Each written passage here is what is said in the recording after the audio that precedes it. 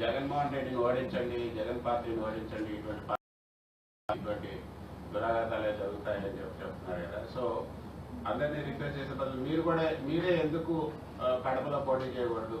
ఒక పార్టీ తరఫున మీరే ఎందుకు ప్రత్యక్ష రాజకీయాల్లోకి రాకూడదు?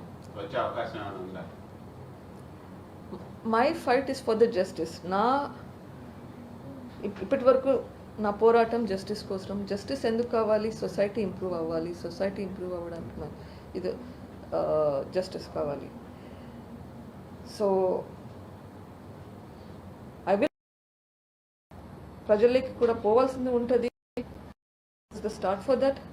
ఏం చేయాలి, ఎట్లా చేయాలి అనేది నాకు ఇంకా క్లారిటీ లేదు. It will come to that.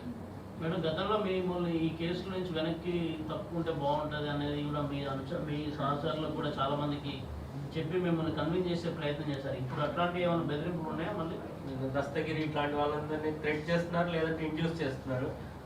మీకు కూడా థ్రెటన్స్ కానీ ఇండ్యూసెస్ కానీ వచ్చాయి?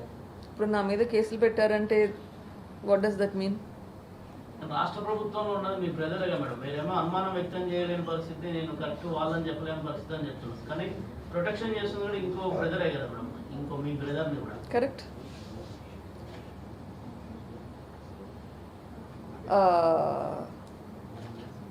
రాష్ట్ర ప్రభుత్వం సహకారం లేకుంటే మా మీద కేసులు పెడతారా?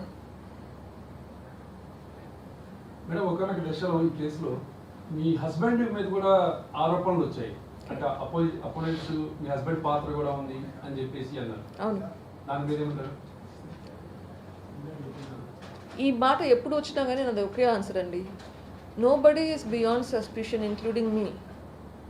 ప్రతి ఒక్కరిని ఇన్వెస్టిగేట్ చేయాల్సిందే.